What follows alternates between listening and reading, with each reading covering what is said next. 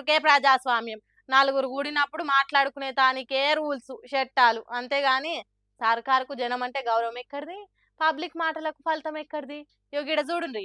అర్ధరాత్రి అందరు పండుకున్నాక సీఎం రేవంత్ రెడ్డి ఇంటి మీదకి పోలీసులను తోలిండ్రు. అదేందో అంటారు చూడుండ్రి. హోమ్ టూర్ అన్నట్టు బెడ్రూమ్లు, బాత్రూమ్లు, కిచెను గిచెను అన్ని తిరిగి చూసిండ్రు పోలీసులు. ఇంతకు ఈ ఇంటోళ్ళు ఏం నేరం చేసిండ్రయ్యా అంటే కాంగ్రెస్ సర్కార్ చక్కదనం ఎంత మంచిగున్నదో చెప్పిండట అబ్దుల్ వహీద్ అనే గీ ఇంటి ఓనరు. అదే పెద్ద తప్పు, క్షమించరాని నేరము. ఉగ్రవాదుల కంటే ఎక్కువ అన్నట్టు ఇగో గిట్ల బందోబస్తు బలగాలు దిగినాయి. చిన్నలను పెద్దలను నిద్రలేపి ఇల్లంతా కలెదిరిగి ఆగమాగం చందన చందన చేసిండ్రు పోలీసులు. ఆఖరికి పోలీసులు దొరకబట్టింది ఏంటిదంటే పెద్ద గుండు సున్నా.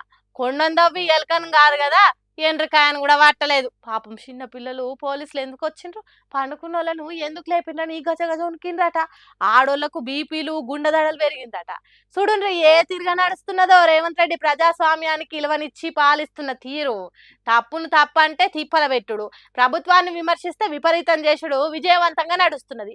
ఇంత మంచిగా సర్కార్ను నడుపుతున్నందుకే జూబ్లీహిల్స్ ఎన్నికలల్లా ఎల్లకాలం గుర్తుంటే తీర్పునిచ్చేతానికి సిద్ధమవుతున్నారట రెహమత్ నగర్ ఓటర్ అన్నలు.